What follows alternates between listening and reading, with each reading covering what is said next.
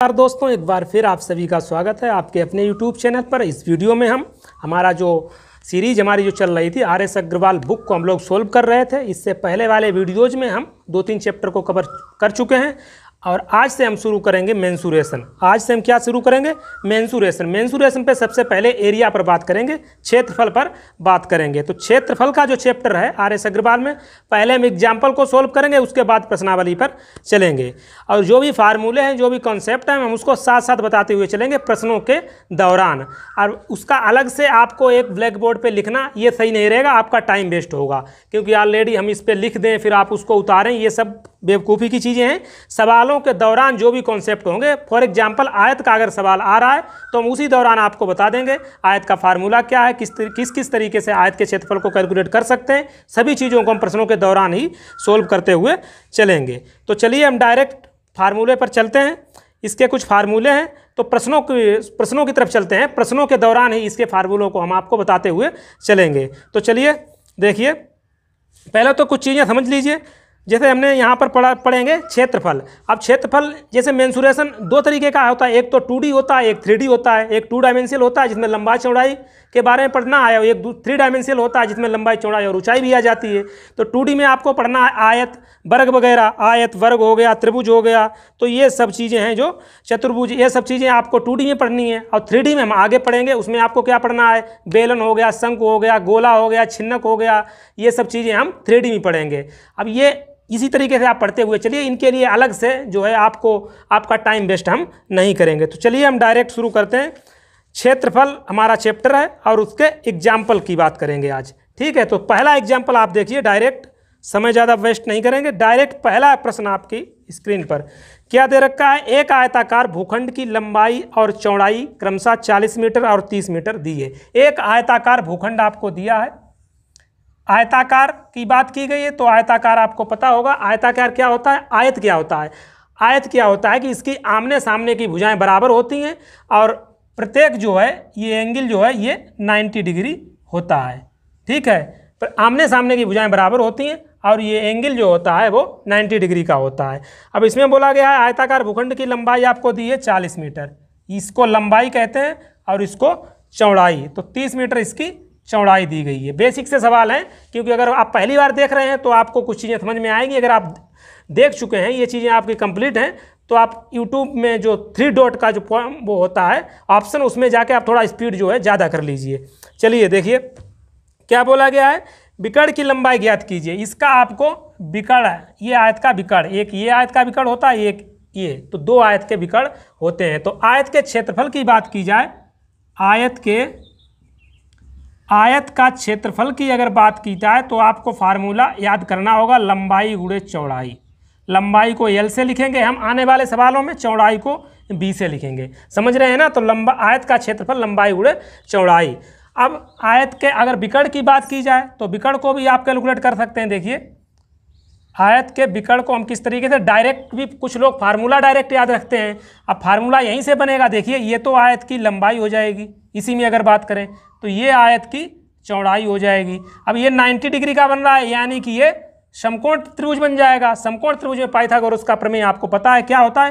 कर्ण का वर्ग। कर्ण यहाँ पर क्या है? विकर्ण, समझ रहे हैं ना। विकर्ण का स्क्वायर यहाँ पे हो जाएगा, कर्ण का वर्ग बराबर होता है लंब का वर्ग प्लस आधार का वर्ग। तो यहाँ पे ये लंब, ये आधार, तो ये क्या हो जाएगा? देखिए विकर्ण का स्क्वायर बराबर हो जाएगा L square plus B square. तो यहाँ से डायरेक्ट अगर आपसे विकर्ण पूछा जाए, तो यहाँ स्क्वायर रूट लेना पड़ेगा। अगर यहाँ से स्क्वायर हटाना तो ये आ जाएगा under root L square plus B square. तो डायरेक्ट आप कैलकुलेट कर सकते हैं। यहाँ से विकर्ण क्या निकालेंगे? लंबाई का स्क्वायर 40 का स्क्वायर हो जाएगा 1600, और B यानी चौड़ाई का हो जाएगा 30 का स्क्वायर हो जाएगा 900। 16 और 900 हो जाएंगे 2500। अब 2500 का वर्गमूल आ जाएगा 50 मीटर। तो यही आपका विकर्ण निकल के आ जाएगा। तो यहाँ से आपको चीज़ें आयत की पता चल चुकी होंगी, क्योंकि हर सवाल में हम इसको आपको नहीं बताएंगे। आयत का क्षेत्रफल, लंबाई गुणे चौड़ाई, और आयत का विकर्ण अगर आता है तो आप डायरेक्ट फार्मूला लगाएंगे। विकर्ण बराबर होता है अंडर रूट लंबाई का स्क्वायर प्लस चौड़ाई का स्क्वायर। और भी ये भी आएंगे फार्मूले। चलिए आगे देखिए, अगला एग्जाम्पल देखिए।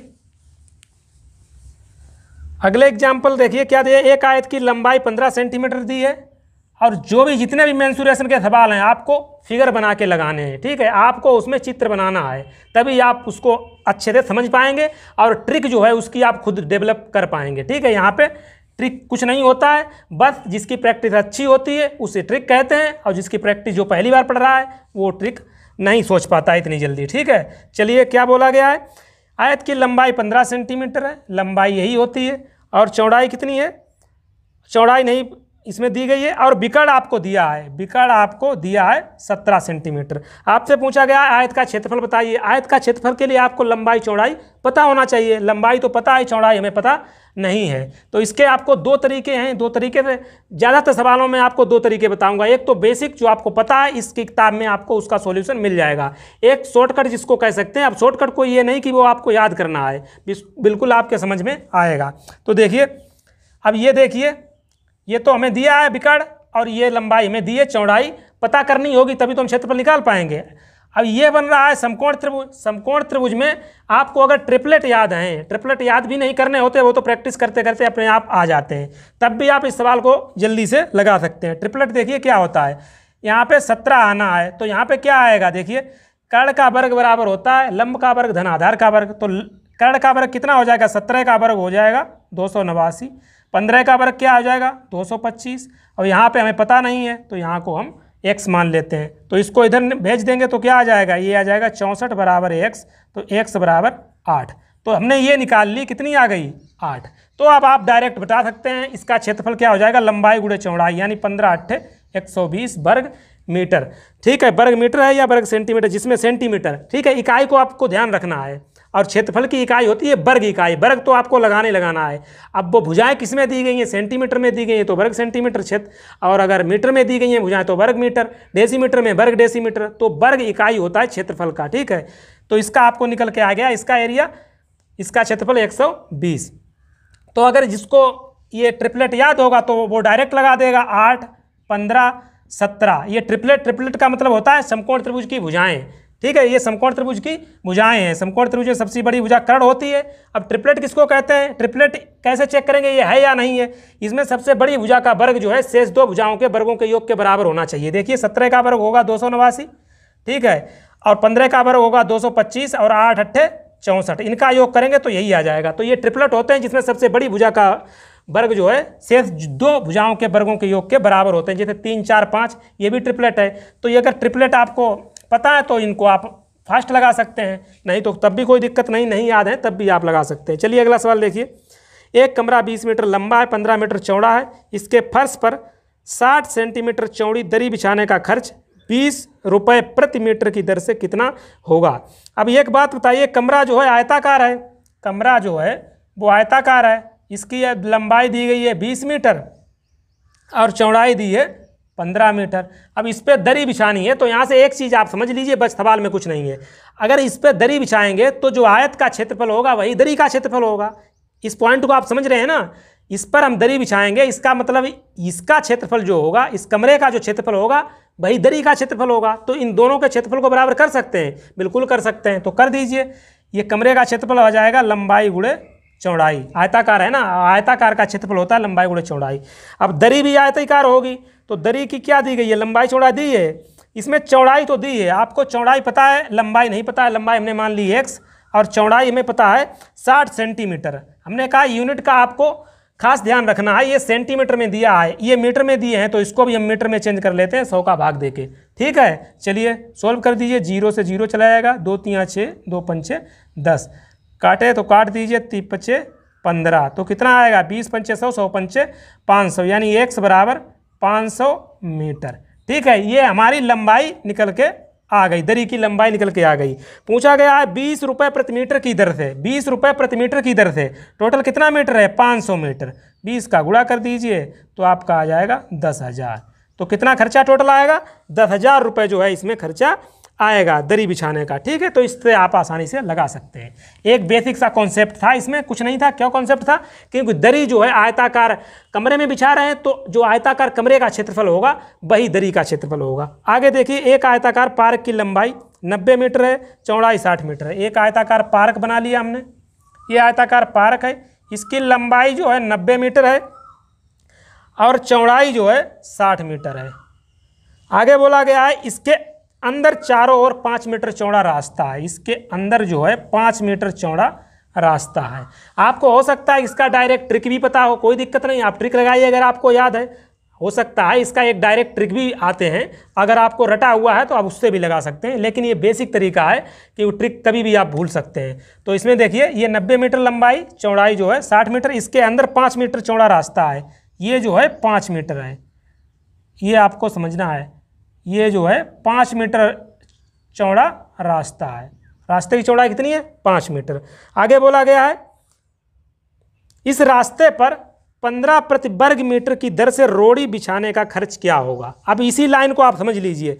रास्ते पर जो है 15 रुपये प्रति वर्ग मीटर, प्रति वर्ग मीटर आपको बता देगा कि ये क्षेत्रफल की बात की जा रही है। तो यानी कि रास्ते पर बिछा रही है रोड़ी, तो हमें रास्ते का क्षेत्रफल पता होना चाहिए, तभी तो हम बता सकते हैं कितना खर्चा आएगा। तो रास्ते का हमें क्षेत्रफल यहाँ पर निकालना पड़ेगा। अब यहाँ ये क्लू कहाँ से आपको मिला कि क्षेत्रफल निकालना है या परिमाप निकालना है, वो आपको पता चल जाएगा। जो खर्चा दिया है वो किस में दिया गया है। अगर खर्चे को आप पढ़ेंगे तो 15 रुपये प्रति वर्ग मीटर, तो यहाँ से आपको पता चल गया कि रास्ते का हमें क्षेत्रफल पता होना चाहिए, तब हम खर्चा निकाल सकते हैं। तो निकाल लीजिए रास्ते का क्षेत्रफल। देखिए ये पार्क की बाहरी बीमाएँ दी गई हैं। पार्क की बाहरी बीमाएँ आपको दी गई हैं 90 मीटर लंबाई, 60 मीटर चौड़ाई। अब अंदर वाली बीमाएँ हम निकाल लेते हैं। देखिए अंदर वाली निकालने के लिए 90 में से कितना घटाएंगे? 5 मीटर ये, 5 मीटर ये, तो ये अंदर वाली हो जाएगी 80। क्या लंबाई, अब चौड़ाई में से 10 घटाना पड़ेगा, 5 ये 5 ये, तो अंदर वाला कितना हो जाएगा? 50 मीटर। तो रास्ते का क्षेत्रफल हमें ये एरिया चाहिए, हमें जो है इसका एरिया चाहिए। अब इसका एरिया पता चल जाएगा, तुरंत हम इसका जो है खर्चा निकाल लेंगे। तो एरिया इसका निकालने के लिए क्या करेंगे? बाहर के क्षेत्रफल में से अगर अंदर का क्षेत्रफल घटा दें तो जो बचेगा वही रास्ते का क्षेत्रफल होगा। समझ रहे हैं इस बात को? बाहर के क्षेत्रफल से अगर अंदर का क्षेत्रफल हम हटा देते हैं तो जो बचेगा वो डॉटेड एरिया बचेगा, वो रास्ते का क्षेत्रफल बचेगा। तो घटा दीजिए बाहर का क्षेत्रफल। आयत का क्षेत्रफल क्या होता है? लंबाई गुणे चौड़ाई, यानी 90 गुणे 60, अंदर का 80 गुणे 50, या इसको घटा दीजिए तो आएगा 9 छाक 54 और 8 पंचे 40, 4000। तो 1400 आ गया, 1400 वर्ग मीटर, ये आ गया रास्ते का क्षेत्रफल। बस इसी पर तो हमें रोड़ी बिछानी है। क्या खर्चा है? 15 रुपये प्रति वर्ग मीटर, 15 रुपये प्रति वर्ग मीटर। तो बस इसको 15 से मल्टीप्लाई कर दीजिए। 15 चक्कू 60 की 0 हासिल, 6 15 1 15 6 21,000 जो है इसका खर्चा आ जाएगा। तो रास्ते का क्षेत्रफल से संबंधित सवाल आप इसको समझ गए होंगे। अभी सवाल और आएंगे, उनको हम थोड़ा फास्ट करेंगे क्योंकि अभी शुरुआत है, इसलिए हम एक एक चीज़ को बताते हुए आपको चल रहे हैं। आगे बोला गया है वर्ग। अब वर्ग आ गया है तो इसमें आपको आयत, वर्ग, त्रिभुज, ये सभी चीज़ें देखने को मिलेंगी। जो भी फार्मूले हैं मैं आपको बताते हुए चलूँगा। अब वर्ग की बात की गई है तो पहले वर्ग के बारे में समझ लीजिए। वर्ग की प्रॉपर्टी क्या होती है? वर्ग की प्रॉपर्टी होती है कि वर्ग की चारों भुजाएं बराबर होती हैं और प्रत्येक एंगल जो है 90 डिग्री का होता है। समझ रहे हैं? चारों भुजाएं बराबर होती हैं, तो हमने इसकी चारों भुजाएं मान ली ए। अब एक मानिए तो चारों बराबर होती हैं, वो चारों हो जाएंगी ये। समझ रहे हैं? चलिए अब इसके फार्मूले होते हैं, वर्ग का क्षेत्रफल, वर्ग का विकर्ण, वर्ग का जो भी परिमाप, तीन ही फार्मूले होंगे। तो वर्ग का क्षेत्रफल की बात की जाए, वर्ग का क्षेत्रफल, तो वर्ग का क्षेत्रफल होता है भुजा स्क्वायर। तो भुजा हमने यहाँ पर ए मान ली है, तो इसका जो क्षेत्रफल होता है भुजा स्क्वायर, यहाँ पर हम कह सकते हैं ए स्क्वायर। ठीक है, ये तो वर्ग का क्षेत्रफल हो गया। अब वर्ग का क्षेत्रफल, अब वर्ग का परिमाप की बात की जाए, वर्ग के परिमाप किसी भी आकृति का आपसे पूछा जाए, कोई भी आकृति हो उसकी सभी भुजाओं का योग कर देंगे, वही उसका परिमाप होता है। परिमाप की डेफिनेशन क्या होती है? परिमाप की डेफिनेशन ये होती है कि जिस बिंदु से आप भुजाओं के अनुदिश चलेंगे, वापस उसी बिंदु तक आने में जो दूरी तय करनी पड़ती है उसी को परिमाप कहते हैं। मैंने क्या बताया, मैं एक बार फिर रिपीट कर रहा हूँ। किसी बिंदु से आप चलना प्रारंभ कीजिए भुजाओं के अनुदिश, ठीक है, भुजाओं के अनुदिश चलते हुए वापस जब उसी बिंदु पर आ जाएंगे, अब इस बिंदु तक आने के लिए जो भी हमने दूरी तय की है उसी को परिमाप कहते हैं। ठीक है, तो कोई भी आकृति दी है उसका परिमाप निकालने के लिए उसकी सभी भुजाओं का योग कर दीजिए, वही उसका परिमाप होगा। अब इसका परिमाप करने के लिए a plus A plus A plus A यानी कि 4a, इसी को शॉर्ट में कर देते हैं 4 इंटू भुजा। समझ रहे हैं ना, 4 इंटू भुजा। तो ये इसका वर्ग का परिमाप हो गया। अब वर्ग के विकर्ण की बात करेंगे। वर्ग का विकर्ण का फार्मूला क्या होता है? अब फार्मूला रटा है तब भी कोई दिक्कत नहीं रटा है तो यहाँ से आया कहाँ से वो भी मैं आपको बता दूंगा। देखिए यहाँ से हमने विकर्ण डाला तो ये आप समझ रहे हैं ये समकोण त्रिभुज बन रहा है, ये समकोण त्रिभुज बन रहा है, समझ रहे हैं? ठीक है, समकोण त्रिभुज में पाइथागोरस प्रमेय लगती है। ये एक कर्ण है जो यहाँ पर विकर्ण का काम कर रहा है, तो पाइथागोरस प्रमेय क्या कहती है? विकर्ण का स्क्वायर बराबर, पाइथागोरस प्रमेय कहती है कर्ण का स्क्वायर बराबर, लेकिन कर्ण की जगह पर यहाँ पे क्या है? विकर्ण। क्या होता है? लंब का वर्ग धन आधार का वर्ग, इसका स्क्वायर प्लस इसका स्क्वायर, तो विकर्ण इज इक्वल टू हो जाएगा, विकर्ण का स्क्वायर इज इक्वल टू हो जाएगा 2a स्क्वायर। जब यहाँ से स्क्वायर हटाएंगे तो अंडर रूट वहाँ पर करना पड़ेगा, तो विकर्ण इज इक्वल टू हो जाएगा अंडर रूट 2a स्क्वायर, ए बाहर निकाल लीजिए तो आ जाएगा अंडर रूट 2a। तो इसी को हम लोग कह देते हैं भुजा रूट 2। विकर्ण को डायरेक्ट याद कर लेते हैं, भुजा रूट 2, तो ए यहाँ पर हमने भुजा मानी है ना, तो ये वर्ग का विकर्ण का फार्मूला हो गया। ठीक है, तो यहाँ से आप एक चीज़ और बची है। कभी कभी क्या होता है कि वर्ग का आपको डायरेक्ट विकर्ण दिया रहता है और आपसे एरिया पूछा जाता है, तो एक डायरेक्ट फार्मूला होता है वर्ग के क्षेत्रफल निकालने का विकर्ण के पदों में, वो अगर आपको याद है तो आप फास्ट कर लेंगे, नहीं याद है तब भी कोई दिक्कत नहीं। ठीक है, तब भी आप आसानी से कैलकुलेट कर लेंगे, अगर याद है तो अच्छी बात है। देखिए जो वर्ग का क्षेत्रफल है उसका फार्मूला विकर्ण के पदों में किस तरीके से निकालते हैं। देखिए वर्ग का क्षेत्रफल क्या होता है? भुजा स्क्वायर। वर्ग का क्षेत्रफल होता है भुजा स्क्वायर, ये आप समझ रहे हैं। यहाँ से हम भुजा की वैल्यू निकाल लेते हैं। देखिए विकर्ण हमें पता है विकर्ण बराबर भुजा रूट 2, तो यहाँ से भुजा की वैल्यू क्या होगी? विकर्ण बटे रूट 2, समझ रहे हैं ना? विकर्ण बटे रूट 2, तो ये यहाँ से आ जाएगी विकर्ण बटे रूट 2 और इसका स्क्वायर, तो इसका स्क्वायर करेंगे तो आ जाएगा विकर्ण का स्क्वायर बटे 2। तो ये डायरेक्ट फार्मूला आप याद रख सकते हैं, वर्ग का क्षेत्रफल बराबर विकर्ण स्क्वायर बटे 2, समझ रहे हैं ना? अगर डायरेक्ट नहीं याद है तो कोई दिक्कत नहीं है, याद है तो अच्छी बात है। ठीक है, तो दो आपको चीज़ें याद रखनी है, वर्ग का क्षेत्रफल भुजा स्क्वायर, विकर्ण के पदों में विकर्ण स्क्वायर बटे 2। चलिए सभी चीज़ें मैंने बता दी, कौन सी चीज़ कहाँ से आई है। अब इस सवाल में देखिए, ये सवाल क्या कह रहा है हमारा, प्रश्न नंबर एग्जाम्पल नंबर 5, उस वर्ग का क्षेत्रफल क्या है जिसके विकर्ण की लंबाई, इसीलिए तो मैंने बताया है विकर्ण आपको दिया है तो आप डायरेक्ट विकर्ण वाला फार्मूला लगा दीजिए। क्या होता है वर्ग का क्षेत्रफल? वर्ग का क्षेत्रफल होता है विकर्ण के पदों में विकर्ण स्क्वायर बटे 2, यानी 6 का स्क्वायर बटे 2, 2 तियाँ 6, 6 तियाँ 18, बस आपका आंसर आ गया। ठीक है, तो क्षेत्रफल को हम लिखते हैं वर्ग इकाई में, अब इसका आ जाएगा वर्ग मीटर, भुजा मीटर में दी है तो वर्ग मीटर इसका आ जाएगा। अगर आपको ये फार्मूला नहीं याद रहता है तब भी कोई दिक्कत नहीं, आप भुजा में कन्वर्ट करके लगा सकते हैं। जैसे वर्ग का विकर्ण आपको दिया है इस सवाल में, विकर्ण बराबर कितना दिया है? विकर्ण दिया है 6 मीटर, तो विकर्ण बराबर क्या होता है? भुजा रूट 2 बराबर 6, तो ए बराबर 6 बटे रूट 2 निकाल ली भुजा। अब भुजा निकाल ली तो वर्ग का क्षेत्रफल भुजा स्क्वायर, तो बस इसका स्क्वायर कर दीजिए, 6 × 6, अंडर रूट 2 का अंडर रूट 2 में करेंगे 2, 2 तियाँ 6, 6 तियाँ 18। किसी प्रकार आप कैलकुलेट करिए, मैं सभी चीज़ों को आपको बताने की कोशिश कर रहा हूँ, छोटी से छोटी चीज़, क्योंकि अभी शुरुआत है। चलिए अगला देखिए प्रश्न नंबर 6। प्रश्न नंबर 6 देखिए, एक वर्ग की प्रत्येक भुजा की लंबाई में 20% वृद्धि करने पर इसके क्षेत्रफल में कितने प्रतिशत की वृद्धि होगी? तो इसके लिए एक फार्मूला होता है, प्रॉफिट एंड लॉस में आपने पढ़ा होगा, x + y + x y बटे 100। यहाँ पे अगर कोई चीज़ बढ़ रही है तो उसको प्लस में लेते हैं, घट रही है तो उसको माइनस में लेते हैं। तो वर्ग की भुजा में, यही तो भुजा है, वर्ग की भुजा में जो है 20% की वृद्धि हो रही है, यानी कि 20 प्लस का लेंगे। अब यहाँ पे दिक्कत ये है, आप कहेंगे 2 बार क्यों लेंगे? क्योंकि वर्ग का क्षेत्रफल होता है भुजा स्क्वायर, भुजा 2 बार आ रहा है, इसलिए ये वाला हम लगा सकते हैं। तो देखिए प्लस का 20 प्लस का 20 प्लस 20 × 20 बटे 100, 2 0 से 2 0, 20 20 40 और 4 44%, ये आपका आंसर आ जाएगा। तो ये सिंपल सा सवाल था, लग जाएगा। अगला देखिए प्रश्न नंबर 7 में त्रिभुज की बात की गई है, तो पहले हम त्रिभुज को देख लेते हैं। त्रिभुज से रिलेटेड जो भी फार्मूले होते हैं उनको सबको हम बात कर लेते हैं। ये रहे त्रिभुज, ठीक है। तो त्रिभुज भी 3 तरीके का होता है, समबाहु त्रिभुज, विषमबाहु त्रिभुज, समद्विबाहु त्रिभुज। समबाहु त्रिभुज में सभी भुजाएं बराबर होती हैं, विषमबाहु में सभी भुजाएं अलग अलग होती हैं, समद्विबाहु में 2 भुजाएं बराबर होती हैं। ये सब आपको पता है होंगी, नहीं पता है तो भी कोई दिक्कत नहीं, सुनते हुए चलिए। तो ये भुजाएं, इसकी हमने मान ली ABC, ये जो है त्रिभुज की भुजाएं हैं। तो तीनों का हम फार्मूला आपको बताते हैं। समबाहु त्रिभुज का फार्मूला क्या होता है? समबाहु त्रिभुज के क्षेत्रफल का फार्मूला होता है √3/4 × भुजा स्क्वायर। आपको याद रखना, √3/4 × भुजा स्क्वायर समबाहु त्रिभुज का क्षेत्रफल का फार्मूला होता है। कभी कभी समबाहु त्रिभुज की ऊंचाई आपसे पूछी जाती है, समबाहु त्रिभुज की ऊंचाई, तो ऊंचाई को भी आप याद रख सकते हैं √3/2 इंटू भुजा। ठीक है, कैसे आई है आप इस तरीके से इसको कैलकुलेट करते हैं। अगर समबाहु त्रिभुज है तो इसकी सभी भुजाएं बराबर होंगी, सभी भुजाएं बराबर होंगी। इसमें अगर आपको ऊंचाई कैलकुलेट करनी है, अब यहाँ ये लाए कहाँ से हैं वो भी मैं आपको बता देता हूँ।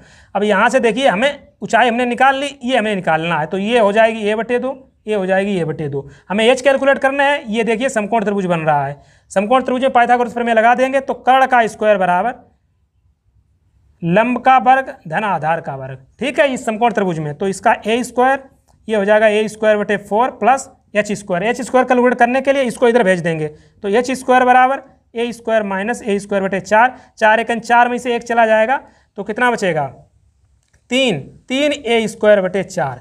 अब h² बराबर है तो h बराबर क्या आ जाएगा, इसका वर्गमूल लेंगे √3/2 इंटू भुजा। तो यही तो मैं बता रहा था। ठीक है, समबाहु त्रिभुज की ऊंचाई अगर पूछी जाए तो डायरेक्ट आप फार्मूला लगाइए √3/2 इंटू भुजा। ये रही समबाहु त्रिभुज की बात। अब परिमाप नहीं बताएंगे क्योंकि मैं परिमाप बता चुका हूँ। किसी भी आकृति का आपको परिमाप निकालना है तो उसकी सभी भुजाओं का योग कर दीजिए, तो समबाहु त्रिभुज में परिमाप क्या हो जाएगा 3a, समझ रहे हैं ना, 3a इसका हो जाएगा परिमाप। तो परिमाप आपको ये पता चल गया होगा, कुछ नहीं है परिमाप निकालने में। अब आगे देखिए, ऐसा त्रिभुज हो जिसकी सभी भुजाएं डिफरेंट हों, अलग अलग हों, सभी भुजाएं अलग अलग हों, तो उसमें फार्मूला कौन सा लगाएंगे समबाहु त्रिभुज के क्षेत्रफल का। तो उसका एक फार्मूला होता है जिसे कहते हैं हीरो का सूत्र।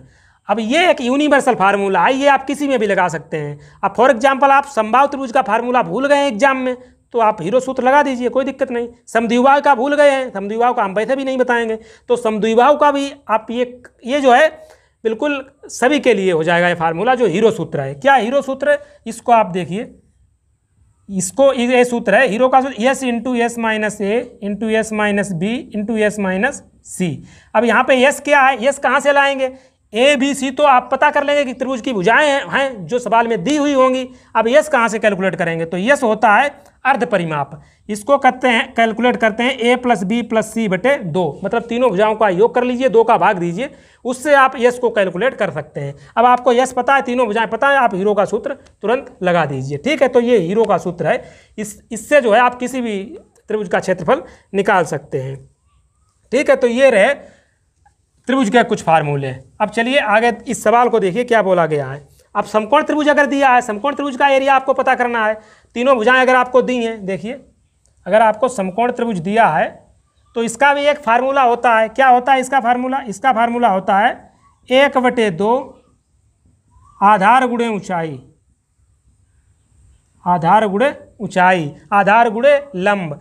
इसको कुछ भी कैसे भी कह सकते हैं, 1/2 आधार गुणे ऊंचाई, 1/2 आधार गुणे लंब, 1/2 इंटू समकोण बनाने वाली भुजाएं। ठीक है, कुछ भी कह सकते हैं। तो बस ये हम उसमें लगा देंगे अगर आपको पता है कि समकोण त्रिभुज है। समकोण त्रिभुज कैसे पता करेंगे, अगर ट्रिपलेट का रूल जो है अगर लागू हो रहा है, ट्रिपलेट का मतलब सबसे बड़ी भुजा का वर्ग शेष 2 भुजाओं के वर्गों के योग के बराबर आ रहा है, तो उसमें आप तुरंत ये लगा देंगे। ठीक है, वो हीरो का सूत्र से बच जाएंगे। नहीं तो हीरो का सूत्र हमारे पास है, वो किसी भी उससे ट्राइंगल का आप एरिया निकाल सकते हैं। इस त्रिभुज की बात कीजिए, ये सवाल प्रश्न नंबर 7 देखिए। एक त्रिभुजाकार खेत की भुजाएं दी गई हैं, त्रिभुजाकार खेत है एक, इसकी भुजाएं आपको दी गई हैं 20 मीटर, 21 मीटर, 25 मीटर। एक 20 मीटर दी गई है, एक 21 मीटर दी गई है, एक 29 मीटर दी गई है। ठीक है, पूछा गया इस खेत में 25 रुपये प्रति वर्ग मीटर की दर से फसल काटने का खर्च। अब यहाँ से देखिए 25 रुपये प्रति वर्ग मीटर, प्रति वर्ग मीटर, यानी कि इसका एरिया निकालना पड़ेगा। उसके बाद हम जो है बता सकते हैं कि फसल काटने का खर्च क्या होगा। ठीक है, तो इसका एरिया निकाल लीजिए। आपके पास एक तो हीरो सूत्र है, वो भी लगा सकते हैं, और एक समकोण त्रिभुज वाला फार्मूला है। अब ये समकोण त्रिभुज वाला कब लगाएंगे, देखिए ये ट्रिपलेट तो नहीं बना रहे हैं। अब इतना माइंड आपका चलना चाहिए कि ये ट्रिपलेट बना रहे हैं। हम तो डायरेक्ट बता सकते हैं ट्रिपलेट बना रहे हैं। कैसे बना रहे हैं देखिए, मैं आपको बता देता हूँ। ट्रिपलेट कब बनाएंगे, 20, 21, 29 कब बनाएंगे, बड़ी भुजा का वर्ग शेष 2 भुजाओं के वर्गों के योग के बराबर होना चाहिए। 20 का 400, 21 का 441, ये देखिए आ गया 941। यानी कि ये ट्रिपलेट बना रहे हैं, तो इसका आप डायरेक्ट फार्मूला लगाइए। क्या, 1/2 आधार गुणे लंब या आधार गुणे ऊंचाई। अब देखिए ये तो कर्ण रहेगा, समकोण त्रिभुज बन जाएगा ना, ये कर्ण रहेगा, ये जो है आधार और लंब रहेंगे। तो 20 × 21 काट दीजिए, 2.20, 210 वर्ग मीटर इसका एरिया आ जाएगा। और फसल काटने का खर्च जो है 25 रुपये प्रति वर्ग मीटर, तो 25 का इसमें मल्टीप्लाई कर दीजिए, आंसर आपका आ गया 0, 25 × 25 हासिल 2 बचेगा, 25 दूनी 50 और 2 52, इतने रुपए जो है खर्चा आ जाएगा 5250। तो समझ रहे हैं, इस तरीके से आप लगाइए। हीरो का फार्मूला आपके पास है, अगर और भी आपको बता सकते हैं कि ट्रिपलेट बन रहा है या नहीं बन रहा है तो आप डायरेक्ट ये लगाइए समकोण त्रिभुज वाला। चलिए आगे देखिए, अगला प्रश्न नंबर 8। एक त्रिभुज की भुजाओं का अनुपात 3 4 5 है। और ये डायरेक्ट आपको पता है ये ट्रिपलेट बनाते हैं, 3 4 5 ट्रिपलेट बनाते हैं। अब कैसे बनाते हैं देखिए, 5 का वर्ग क्या होता है 25, 3 का वर्ग 9, 4 का 16, 16 9 25, ट्रिपलेट बना रहे हैं। अब क्या बोला गया है, इस त्रिभुज का क्षेत्रफल आपको पता है तो क्षेत्रफल हम निकाल लेते हैं 1/2 आधार गुणे लंब या आधार गुणे ऊंचाई, इन दोनों को कर दीजिए 3x गुणे 4x, और एरिया आपको दिया है इसमें 216। अब इसको काट देंगे, 2 दूनी 4, 2 दूनी 6, तो x स्क्वायर 6 से काटेंगे तो यह आ जाएगा 36, तो x बराबर 6। पूछा क्या गया, इस त्रिभुज की परिमित ज्ञात कीजिए। परिमित मतलब परिमाप आपसे पूछा गया है, तो x की वैल्यू आपको पता है, तो देखिए परिमाप क्या होगा, तीनों भुजाओं का योग 5 4 9, 9 3 12, और x की वैल्यू आपको पता है 6, 12 छंगा 72 आपका आंसर आ जाएगा, 72 सेंटीमीटर। ठीक है, तो इस तरीके से आप सवालों को लगाते हुए चलिए प्रश्न नंबर 9 देखिए। 2 त्रिभुजों के क्षेत्रफलों का अनुपात आपको पता है, 2 त्रिभुजों के क्षेत्रफलों का अनुपात दिया है 4:3। बोला गया है इनकी ऊंचाइयों का अनुपात, इनकी ऊंचाइयों का अनुपात है 3:4। तो कैसे भी आप इसको लगा सकते हैं, अगर 2 त्रिभुज मान लें तब भी कोई दिक्कत नहीं, वैसे भी लग जाएगा या ऐसे लगा सकते हैं। देखिए त्रिभुज का क्षेत्रफल अगर आप निकालेंगे तो क्या लगाएंगे फार्मूला, 1/2 आधार इंटू ऊंचाई, यही लगाएंगे ना, 1/2 आधार इंटू ऊंचाई, यही यहाँ भी यही लगाएंगे, आधार इंटू ऊंचाई। तो 1/2 से 1/2 चला गया।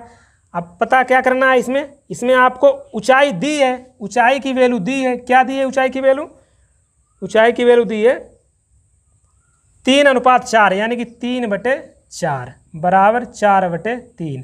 अब यहाँ से आधार हमें पता नहीं है, आधार हमें पता नहीं है, तो पूछा गया है आधार की लंबाइयों का अनुपात पूछा गया है, तो आधार की लंबाई मान लीजिए x1 और इसकी आधार की लंबाई मान लीजिए x2।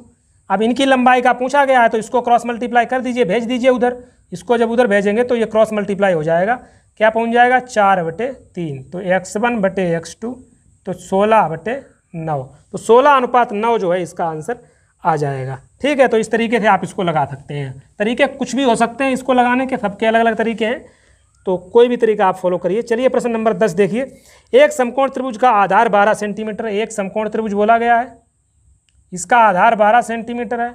ठीक है, आगे बोला गया है कर्ण 13 है, कर्ण 13 है, त्रिभुज का क्षेत्रफल निकालिए। हमने तुरंत यहाँ से पकड़ लिया, ट्रिपलेट बना रहा है, 12 5 13 होता है, 12 5 13 होता है, 12 का स्कोर 144, 5 का 25, 144 25 169 जो कि 13 का वर्ग होता है। ये ट्रिपलेट बना रहे हैं। पूछा क्या गया है इसका क्षेत्रफल बताइए, तो बस 1/2 आधार गुणे ऊंचाई, तो 2 छंगे 12 छप्पन 30। इस सवाल को लगाने के लिए आपको पेन की भी जरूरत नहीं थी उठाने की, अगर आपकी प्रैक्टिस थोड़ी बहुत हो जाती है। ठीक है, चलिए अगला देखिए। अगला बोला गया है एक समबाहु त्रिभुज की प्रत्येक भुजा 8 सेंटीमीटर है, इसका क्षेत्रफल कितना है, इसका ऊंचाई भी ज्ञात कीजिए। मैं बता चुका हूँ समबाहु त्रिभुज की दोनों चीज़ें। भुजा आपको दी है 8 सेंटीमीटर, ठीक है, 8 सेंटीमीटर भुजा दी है, इसका क्षेत्रफल आपको निकालना है, तो क्षेत्रफल निकाल लीजिए। क्षेत्रफल का फार्मूला होता है √3/4 इंटू भुजा स्क्वायर, काट दीजिए, 4 दूनी 8, 8 दूनी 16, 16√3 वर्ग सेंटीमीटर इसका क्षेत्रफल हो जाएगा। ऊंचाई का हमने फार्मूला क्या बताया था, √3/2 इंटू भुजा, यानी 2 चौके 8, 4√3 सेंटीमीटर। तो दोनों आपके आ चुके हैं, 16√3 और 4√3। तो ये डायरेक्ट आप लगाइए इन सवालों को, बशर्ते फार्मूले तो आपको याद करने ही हैं। मेंसुरेशन में फार्मूले तो याद करने ही हैं, पर समझ के याद करने हैं जो थोड़ा आपको याद रहें। ठीक है, चलिए आगे देखिए प्रश्न नंबर 12। एक त्रिभुजाकार खेत का आधार इसकी ऊंचाई का 3 गुना है। एक त्रिभुजाकार खेत है और इसकी ऊंचाई का 3 गुना है आधार। बोला गया है इसका जो आधार है वो ऊंचाई का 3 गुना है। ऊंचाई अगर x है तो आधार 3x है। ठीक है, और बोला गया इस खेत की फसल काटने का खर्च 100 प्रति हेक्टेयर की दर से 1350 रुपये है।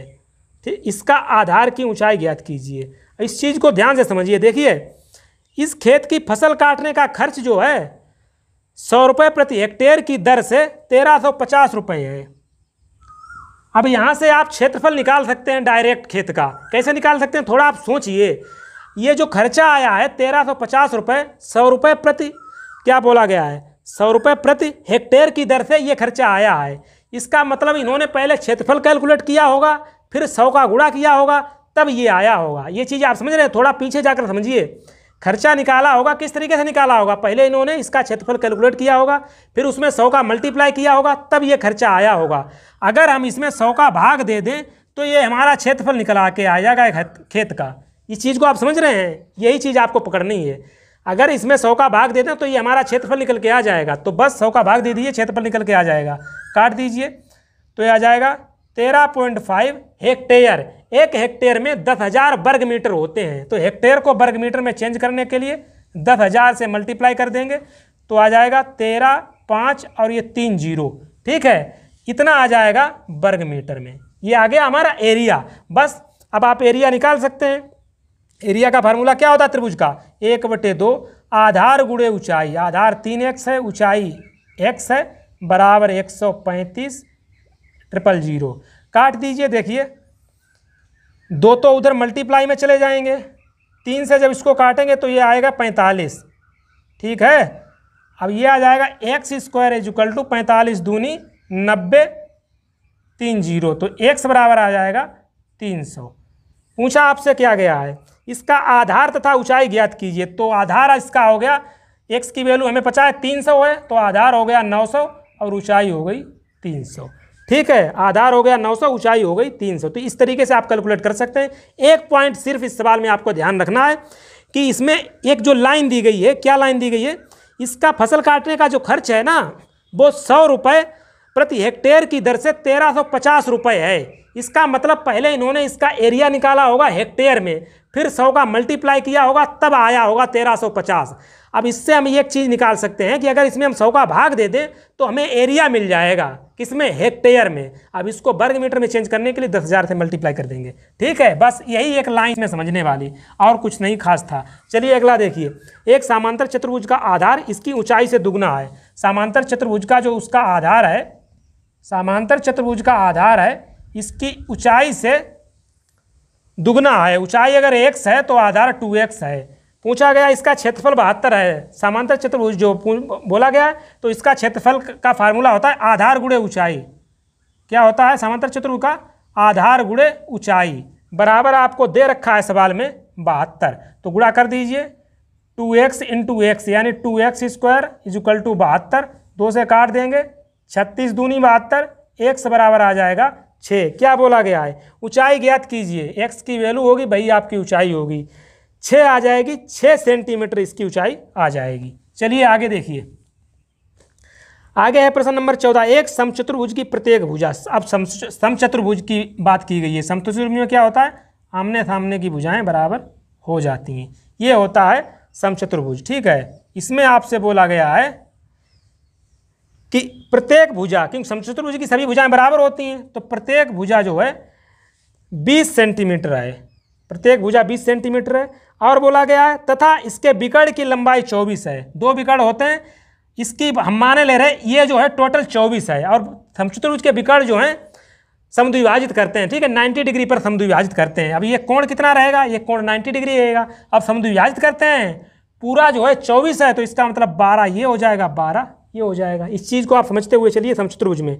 अब बोला गया है विकर्ण की लंबाई 24 है, ठीक है। समचतुर्भुज का क्षेत्रफल ज्ञात कीजिए। समचतुर्भुज का क्षेत्रफल का आपको फार्मूला पता है, नहीं पता है तो याद कर लीजिए। समचतुर्भुज का फार्मूला होता है 1/2 × d1 d2, 1/2 × विकर्णों का गुणनफल, 1/2 × पहला विकर्ण × दूसरा विकर्ण। ये सभी समचतुर्भुज के फार्मूले हैं, सेम है। देखिए 1/2 विकर्णों का गुणनफल, जो भी विकर्ण होते हैं उनका गुणनफल कर दीजिए। इस देखिए एक विकर्ण तो आपको पता है 24 है। अब इसका एरिया निकालने के लिए दूसरा विकर्ण आपको पता होना चाहिए, तो दूसरा विकर्ण हम निकाल सकते हैं। इससे कैसे निकालेंगे, देखिए ये 90 डिग्री हमें पता है होता है, 90 डिग्री पर समद्विभाजित करते हैं समचतुर्भुज के विकर्ण। तो ये 90 डिग्री है, तो 90 डिग्री के सामने की भुजा आपको पता है क्या होती है, कर्ण होती है। कर्ण होती है कि नहीं होती है, कर्ण होती है। अब ये तो कर्ण हो गया, तो इसमें पाइथागोरस प्रमेय लगा दीजिए। देखिए कर्ण का वर्ग कर्ण का वर्ग बराबर लंब का वर्ग धन आधार का वर्ग। अब इन दोनों का वर्ग के योग के बराबर होगा ये, तो ये 12 का वर्ग हो जाएगा 144। इसका हमें पता नहीं है, इसको हम मान लेते हैं एक्स स्क्वायर। तो 20 का हो जाएगा 400 बराबर 144 प्लस एक्स स्क्वायर। तो 144 को इधर लाएंगे तो एक्स स्क्वायर बराबर आ जाएगा, घटा दीजिए तो कितना आ जाएगा, 10 में से 4 गया 6, 9 में 4 गया 5, 3 में से 1 गया 2, 256। तो एक्स बराबर आ जाएगा 16। ठीक है, तो यहाँ से हमने निकाल ली इसकी एक भुजा। आपकी किताब में भी दे रखा है, अगर आप किताब में जो पॉइंट दे रखे हैं सामान्य नियम, उनको आप ध्यान से पढ़ेंगे। ये सब चीज़ें आपकी किताब में दी रखी फार्मूले, इसीलिए मैंने आपको अलग से आपका टाइम वेस्ट नहीं किया है। अब पता चले 1 घंटे में मैं सभी पूरे ब्लैक बोर्ड में फार्मूले लिखाऊं, उसके बाद आप उसको नोट करें, ये तो बेवकूफ़ी वाला तरीका हुआ ना। ठीक है, तो सवालों के दौरान मैं आपको फार्मूले बताता चल रहा हूँ और किताब में आपकी सामान्य नियम आप ध्यान से पढ़ लीजिए, सभी फार्मूले वहीं पर लिखे हुए हैं। वहाँ पर अगर आप पॉइंट नंबर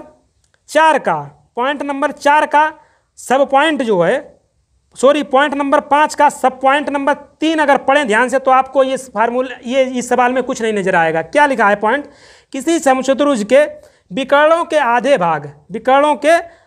भाग एवं समचतुर्भुज की एक भुजा, ठीक है, एक समकोण त्रिभुज बनाते हैं। ये एक समकोण त्रिभुज बनाते हैं, वो हमें पता है बनाते हैं, वो तो वैसे भी बनाएंगे क्योंकि एक 90 डिग्री हो गया है।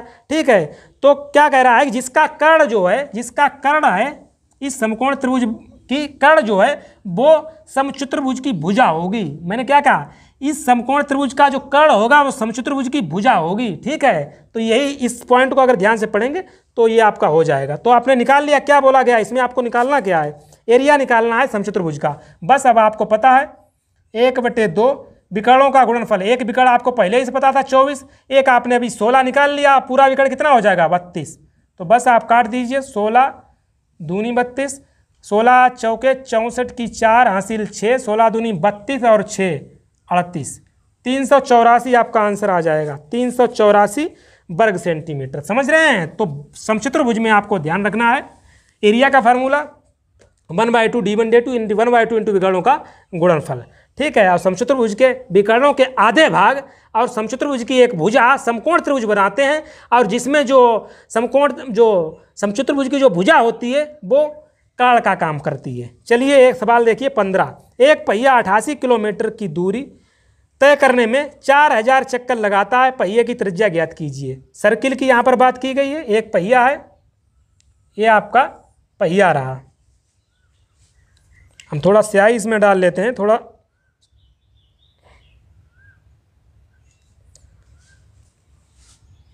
ये रहा पहिया। ठीक है, इसमें बोला गया है एक पहिया 88 किलोमीटर की दूरी तय करने में 4000 चक्कर लगाता है। अब इसमें एक बेसिक एक चीज़ आप सीख लीजिए, एक जो पहिया है वो सर्कुलर होगा, वृत्ताकार होगा। एक पहिया एक चक्कर में कितनी दूरी तय करेगा, ये बस इतना आपको समझना है। एक पहिया जब एक चक्कर पूरी लगाएगा तो वो अपनी परिधि के बराबर दूरी तय करेगा। आप समझ रहे हैं ना, परिधि क्या होती है, जो वहाँ पर हम परिमित कह रहे थे ना, जिसको परिमाप कह रहे थे ना, वही यहाँ पर परिधि हो जाती है। ठीक है, परिधि क्या होगी भाई, जिसको हम परिमाप कहते हैं, परिधि यही होती है। यहाँ से हम चले हैं, यहाँ से चलते हुए यहाँ तक आए गए, जो हमने दूरी तय करी है उसी को हम परिधि कहते हैं। ठीक है, यही परिधि होती है। अब ये एक चक्कर लगाएगी तो कितनी दूरी तय करेगी, अपनी परिधि के बराबर। तो वृत्त में कुछ फार्मूले देख लीजिए। वृत्त का फार्मूला क्षेत्रफल होता है πr² और इसकी परिधि का होता है 2πr। ठीक है, तो ये फार्मूले होते हैं। इसकी परिधि क्या होगी 2πr। तो यहाँ से एक चीज़ आपने पकड़ ली है कि ये एक चक्कर लगाने में 2πr दूरी तय करेगा, अपनी परिधि के बराबर दूरी तय करेगा। चलिए अब क्या बोला गया है, 88 किलोमीटर की दूरी तय करने में 4000 चक्कर लगाता है। 4000 चक्कर लगाता है, कितने किलोमीटर दूरी तय करता है, 88 किलोमीटर को हम मीटर में चेंज करते हैं तो 1000 का मल्टीप्लाई कर लेते हैं। 1 2 3 1 2 3 4 से इसे काट देंगे, 22 चक्कू 88। मतलब एक चक्कर में कितनी दूरी तय करेगा, 22 क्या मीटर या किलोमीटर, मीटर। एक चक्कर में 22 मीटर दूरी तय करेगा पहिया। इसका मतलब समझ रहे हैं, इसका मतलब ये है, ये 2πr है 22, ये परिधि है 22, क्योंकि कोई भी पहिया, सर्कुलर पहिया, वृत्ताकार पहिया एक चक्कर में अपनी परिधि के बराबर ही दूरी तय करेगा। इस चीज़ को आप समझ रहे होंगे। बस 2π का मान रख दीजिए 22/7 इंटू r बराबर 22, 22 से 22 चला जाएगा, r बराबर 7 ऊपर जाएगा, 2 नीचे आएंगे, यानी कि 3.5 ये इसकी त्रिज्या हो जाएगी। आपसे यही इस सवाल में पूछी गई है, 3.5 मीटर ये इसकी त्रिज्या हो जाएगी। बस ये सवाल आपका लग गया। इस सवाल में क्या था? इस सवाल में ये था कि कोई भी सर्कुलर पहिया जब एक चक्कर लगाएगा, आप एक चक्कर में कितनी दूरी तय करेगा, वो अपनी परिधि के बराबर दूरी तय करेगा। अगला सवाल देखिए, बस के एक पहिए की त्रिज्या, एक पहिया इसमें भी बोला गया है, एक पहिया इसकी त्रिज्या आपसे दे दी गई है 70 सेंटीमीटर। ठीक है, इसे 66 किलोमीटर प्रति घंटा की गति से, 66 किलोमीटर प्रति घंटा की गति से, इसका मतलब आप समझ रहे हैं, एक घंटे में 66 किलोमीटर, एक घंटे में 66 किलोमीटर जाता है। बोल रहा है प्रति मिनट कितने चक्कर लगाने होंगे। ठीक है, प्रति मिनट कितने चक्कर लगाने होंगे। एक घंटे में 66 किलोमीटर जाता है, इससे हम इस तरीके से लिख सकते हैं 60 मिनट में कितना जाता है, 66 किलोमीटर, यानी कि अगर मीटर में चेंज करें तो 1000 का गुणा कर देंगे।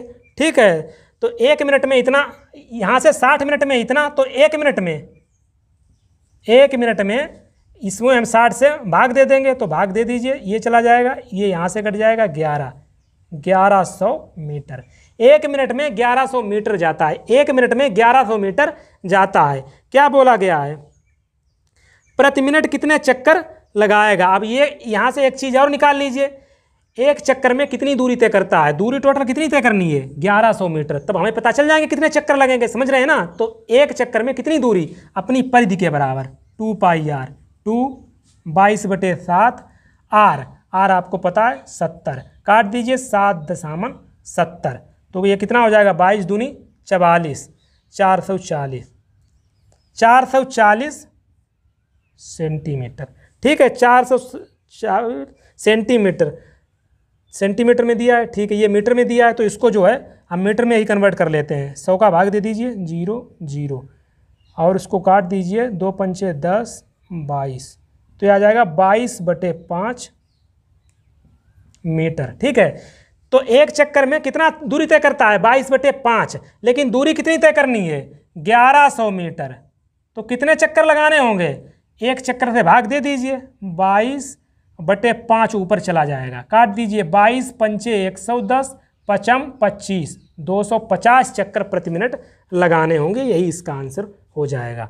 तो ये हमारे थे एग्जाम्पल। आई होप आपको समझ में आ गए होंगे। मैंने छोटी से छोटी बात बताने की कोशिश की है, और जो भी उससे रिलेटेड फार्मूले हैं वो भी मैंने सवालों के दौरान आपको बताए हैं। अब प्रश्नावली पर हम मिलेंगे, तो बताइए क्या कोई कमी रह गई है, उसको हमें कमेंट बॉक्स में बताइए। तो मिलते हैं प्रश्नावली में। Thank you.